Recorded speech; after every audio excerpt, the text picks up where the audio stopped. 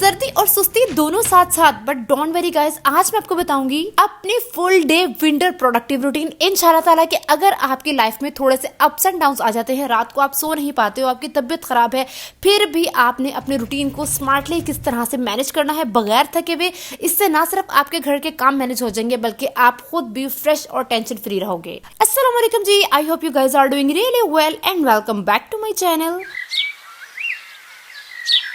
अच्छा जी, तो आज का ब्लॉग स्टार्ट हो रहा है सुबह फजर की नमाज के बाद। मेरी आंख लग गई और उसके बाद जब मेरी आंख खुली ना तो 9 बज रहे थे, काफ़ी देर हो चुकी हुई थी। मैं फ़ौरन से उठ के किचन की तरफ भागी, ना मैंने बेड सेट किया, कोई काम नहीं किया, ना मैंने ब्रश किया, ना मैंने मुंह धोया, सीधा किचन में गई और जाके नाश्ता बनाना शुरू कर दिया। अच्छा, नाश्ता मैं बहुत ही लाइट सा बनाती हूँ क्योंकि अगर सुबह सुबह आप हैवी खा लो ना तो सारा दिन सुस्ती सी रहती है। अच्छा, तो चाय में जस्ट चाय और केक रस लेते हैं और एक पराठा में बना लेती हूँ, आधा अब्दुल मिस खा लेता है, आधा मैं खा लेती हूँ। अच्छा, मैंने ना ये डिफरेंट तरीके से पराठा बनाना स्टार्ट किया, आप लोगों ने देखा होगा, इससे लच्छेदार और बहुत ही क्रिस्पी पराठा बनता है। और इसके ऊपर मैं अंडा जो है ना वो इस तरह से बना के साथ ही चिपका देती हूँ। एक्चुअली ये मेरे अब्बू की रेसिपी है। हम जब छोटे होते थे और मेरी अम्मी अगर कहीं गई होती थी ना तो मेरे अब्बू हमें इस तरह से नाश्ता करवाते होते थे। मेरे अब्बू इतने अच्छे शेफ है ना, उनकी रेसिपीज, उनके हाथ में जो जायका है ना, सबसे बेस्ट रेसिपीज हैं उनकी। स्टीम रोस्ट, काबली पुलाव और रोस्ट, उनकी रेसिपीज कभी मैं जो है ना अपने व्लॉग में लाजमी शेयर करूंगी। अच्छा, मेरे अब्बू ने ना एक डिफरेंट एग्जाम्पल हमारी आंखों के सामने सेट की है, क्योंकि पिछले जमाने के जो मर्द होते थे ना वो औरत के साथ घर में हाथ बंटवाने में काफी अपने अना का मसला बना लेते होते थे ना, मतलब इस चीज को काफी वो शर्म महसूस करते होते थे कि भाई हम घर के काम क्यों करवाएं। आजकल के मर्द तो आमतौर पर करवा ही देते हैं। तो अब्बू ने शुरू से अम्मी की हेल्प की है, चाहे कपड़े धुलवाने का काम है, चाहे किचन का काम है। और लिटरली अब भी दोनों बेटियों की उन्होंने शादी कर दी है। आप भी इस्लामाबाद होती है, मैं यहाँ पे होती हूँ, तो पीछे अभी भी वो अम्मी के साथ रोटियां सेकवा रहे हैं, अम्मी कोई और काम कर रही हैं तो अब्बू दाल को तड़का लगा रहे हैं। तो लिटरली मेरे अब्बू ने ना सोसाइटी के जो टिपिकल स्टीरियोटाइप्स है ना उन सबको ब्रेक डाउन कर दिया and I am so proud of him.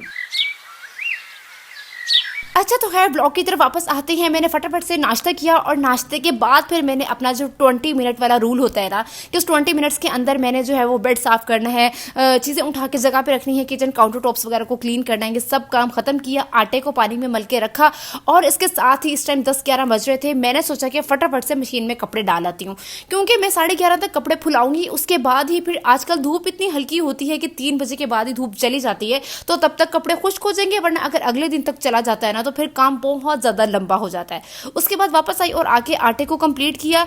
उसके बाद मुझे याद आया कि अशर की शर्ट्स इस्त्री करने वाली हैं। मैंने सोचा कि 3 बजे के बाद क्योंकि धूप भी चली जाती है तो सोलर पे फिर इस्त्री चलती भी नहीं है। अब देखिए, यहाँ पे कपड़े प्रेस करने को मैं वापडा पे भी कर सकती हूँ जब सोलर को हम बंद कर देते हैं, और हस्बैंड भी शाम को 7 बजे आते हैं। अगर मैं वापडा पे कर भी लूंगी तो उनको पता भी नहीं चलेगा। लेकिन देखिए, इस्लाम ने ना औरत को शोहर की कमाई का मुहाफिज बनाया। इसका मतलब ये कि वो घर के खर्चे में फजूल खर्ची ना करे, शोहर की कमाई को ईमानत समझकर इस्तेमाल करे और जहां पे जरूरत हो वहीं पे खर्च करे। और अगर आप अपने शोहर की कमाई को बिला वजह बगैर इजाजत के फजूल खर्ची में उड़ा रही है ना तो क़यामत वाले दिन आपसे इसका हिसाब भी किया जाएगा। तो ये ना एक औरत की जिम्मेदारी है कि सलीकामंदी और समझदारी से घर को चलाए, बजट को कंट्रोल में रखे और यकीन माने कि एक औरत की इसी आदत की वजह से घर में मोहब्बत और सुकून पैदा होता है।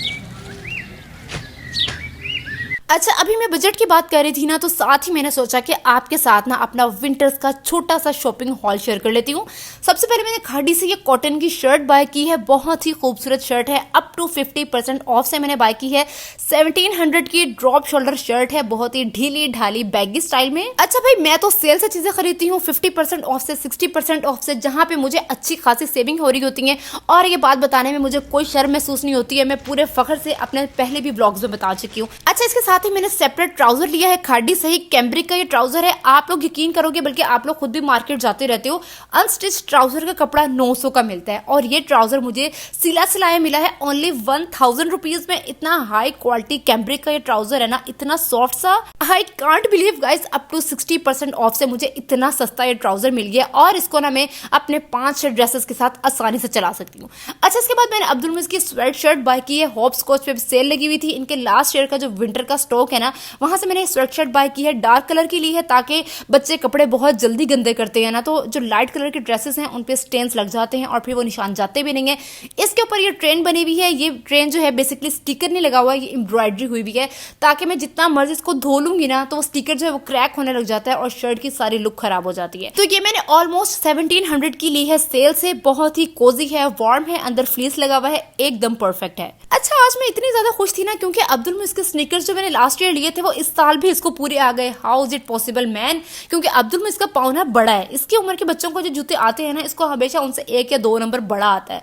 किस तरह पिछले साल का जूता इसको पूरा आ गया। तो खैर उसकी सोल में साफ करने वाली थी, बहुत ही सिंपल सा एक हैक आप लोगों को बताऊंगी। आपने ओल्ड टूथब्रश लेना है, उसके ऊपर टूथपेस्ट लगानी है और इससे आपने सोल को स्क्रब करना है। देखना सही किस तरह मिनटों सेकंडों में सोल चमक जाएगी। स्पेशली अगर आपके जूते की सोल व्हाइट कलर की है ना तो वो भी एकदम चमकदार और बिल्कुल व्हाइट निकल आएगी। आप लोगों ने यह हैक में ट्राई करना है। अच्छा, घर के कामों में ना कभी भी परफेक्ट बनने की कोशिश मत करें, ठीक है। कंसिस्टेंट रहने की कोशिश करें। परफेक्शन जो है ना ये चीज आपको थका देती है, लेकिन जो कंसिस्टेंसी है ना इससे ही आपकी जिंदगी में सुकून आता है। दोपहर में मैं बहुत ज्यादा थक गई थी क्योंकि सुबह मेरी आंख देर से खुली थी तो काफी काम पेंडिंग थे। वो करते करते ना मेरी बस हो चुकी हुई थी। कपड़े में उतार के लाई ऊपर से और लाके वो कपड़े भी वैसे रख दिए, दोपहर के धोने वाले बर्तन भी वैसे रख दिए और जाके आराम से अब्दुल मुइज़ के साथ लेट के आधे घंटे के लिए सो गई। नैप लिया और नैप लेने के बाद जब मैं उठी ना मैं फुल एनर्जेटिक थी, मेरी सारी थकान खत्म हो गई भी थी। उठते साथ ही मैंने सोचा कि सबसे पहले मैं बर्तन धो लेती हूँ और उसके बाद फिर किसी और तरफ जाऊंगी। अच्छा, यहाँ पे ना एक आप लोगों को मैं थोड़ी सी सेल्फ केयर की टिप देती हूँ कि जब सर्दियाँ आती हैं ना तो बहुत ज़्यादा ड्राइनेस हो जाती है, तो आप ना किसी छोटी सी डब्बी में ना पेट्रोलियम जेली वैसलीन जो है वो डाल के रख लिया करें। जैसे ही आप बर्तन धो के हटे ना तो थोड़ी सी पेट्रोलियम जेली अपने हाथों पर लगा लिया करें। हाथ इतने अच्छे मॉइस्चराइज हो जाते हैं, हाथ ब्लैक भी नहीं होते हैं, आपके हाथों की चमक दमक रिस्टोर हो जाती है। जिन खवातीन को शिकायत है ना कि भाई घर के काम कर करके हमारे हाथ खराब हो चुके हुए हैं, आपने ना बस ये सेल्फ केयर की छोटी सी हैबिट को अडॉप्ट करना है और फिर देखना आपके हाथ हर टाइम चमकते दमकते शाइनी और ब्राइट रहेंगे थ्रू आउट द विंटर्स इंशाल्लाह ताला। अच्छा, बर्तन धोते साथ ही साइड पे मेरी नजर पड़ी कि कल ही मैंने ना शीशे की बोटल्स को पानी में डिप करके रखा था। 2 बोतल शीशे की खाली हुई थी, एक में ऑलिव ऑयल था और दूसरे में लीची थी, तो इनको मैंने तो पहले फेंकने के लिए रख दिया। लेकिन फिर मेरे जहन में आया कि अगर मैं इनका स्टिकर उतार के इसमें जो है वो मनी प्लांट लगा लूं तो ये कितना अच्छा एक डेकोरेशन के तौर पे तैयार हो जाएगा और मनी प्लांट भी रीग्रो हो जाएगा। तो इस तरह से मेरे जो मनी प्लांट के पौधे हैं वो भी ज्यादा सारे हो जाएंगे। तो फिर पहले मैंने इनको पानी में डिप करके रख दिया, इनका स्टिकर उतारा। उतारने के बाद छत पे गई और जाके मनी प्लांट की टहनियां जिसमें बर्ड्स होते हैं ना वहां से आपने कट करके इस पानी में लगा देना है। अब मैंने इसको पानी में लगा दिया है, हफ्ते 2 बाद आपको दिखाऊंगी इसमें जड़ें निकल आएंगी। अच्छा, इसके साथ ना आप स्नेक प्लांट को भी रीग्रो कर सकते हो। वो कुछ इस तरह से कि आपने स्नेक प्लांट का बड़ा सा पत्ता लेना है, उसको इस तरह से कट लगाना है जैसे कि आप वीडियो में देख रहे हो, और फिर इसको आपने पानी में डिप करके रख देना है। और ये रील इतनी कोई मैंने इंस्टाग्राम पे देखी है, मैं भी फर्स्ट एवर टाइम ट्राई कर रही हूँ, तो फिर उन्होंने दिखाया था कि इस तरह से जड़ें निकलेंगी तो आप इसको रीग्रो कर सकते हो। तो लेट्स सी कि इसके साथ क्या होता है। मनी प्लांट का तो मैं कई दफा जो है एक्सपीरियंस कर चुकी हुई हूँ। इस तरह से ग्रीनरी घर में इतनी प्यारी लगती है ना। प्लस नवंबर और मार्च का महीना परफेक्ट है अगर आपने प्लांट्स ग्रो करने हैं ना, इसमें इतनी जल्दी ग्रोथ होती है हर पौधे की। और क्योंकि मेरे अब्बू को गार्डनिंग का बहुत ज्यादा शौक था तो उनसे ये शौक मेरे अंदर आया है और शादी के बाद मैंने कोशिश की कि मैं अपनी छत पे ग्रीनरी लेके आऊँ, 4 चांद लगा दूं। काफी ज्यादा गमले मैंने रख लिए हैं और इस तरह से मनी प्लांट को भी मैं रीग्रो कर रही हूँ और जब इनकी जड़ें निकल आएंगी तो इनको मजीद मैं गमलों में लगा दूंगी। इस तरह से मेरे ज्यादा सारे गमले हो जाएंगे इंशाल्लाह ताला। अच्छा, आप जब भी किसी काम की नियत करते हैं ना उसके साथ इंशाल्लाह ताला लाजमी पढ़ा करें। यकीन करें कि जब से मैंने इंशाल्लाह ताला पढ़ने की आदत डाली है ना, मेरा वो हर काम इतने अच्छे तरीके से अल्लाह पाक करवा देते हैं ना कि मैंने सोचा भी नहीं होता है। आपने कोई घर लेना है, आपने मोटरसाइकिल लेनी है, आपने गाड़ी लेनी है, आपने किसी भी चीज की दिल में नियत की है ना, या आप किसी के साथ भी जिक्र कर रही है ना, उसके साथ आप इंशाल्लाह ताला लाजमी पढ़ा करें।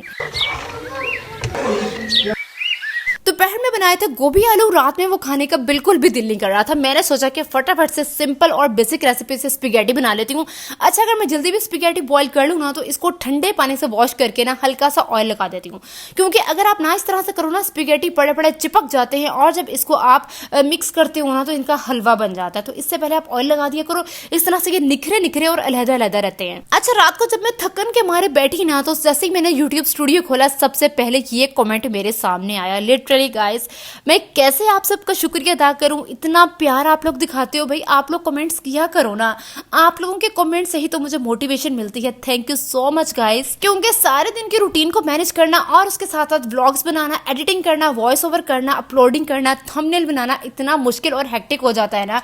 और उसके बाद फिर जब आप लोग मुझे इतना सपोर्ट करते हो, इतना प्यार दिखाते हो ना, फिर इसी चीज से मुझे एनर्जी मिलती है, जस्ट लाइक मैं कोई मल्टीविटामिन ले रही हूँ। बस ठीक है, यहाँ पे दिन का इख्तिताम किया, इशा की नमाज पढ़ी, उसके बाद ये 2 नफल सलातुल हजात लाजमी आप लोग पढ़ा करें अपने माँ बाप की सेहत और तंदुरुस्ती वाली जिंदगी के लिए, अपने नेक और फरमाबरदार औलाद के लिए, शोहर और बहन भाइयों की, उनके औलाद के, अज़वाजैन की नेक सलामती और खैर आफियत वाली जिंदगी के लिए। और क्या आपको पता है कि आपके हक में सबसे ज्यादा वो दुआ कबूल होती है जो कि आप खुद के लिए मांगते हो। तो अपने बारे में अच्छा अच्छा बोला करो और अपने लिए अल्लाह पाक से अच्छी अच्छी दुआएं मांगा करो। तो जी यहाँ पे हो जाती है आज की वीडियो खत्म। मुझे दुआ में लाजमी याद रखिएगा। मिलते हैं नई वीडियो में। अल्लाह हाफिज।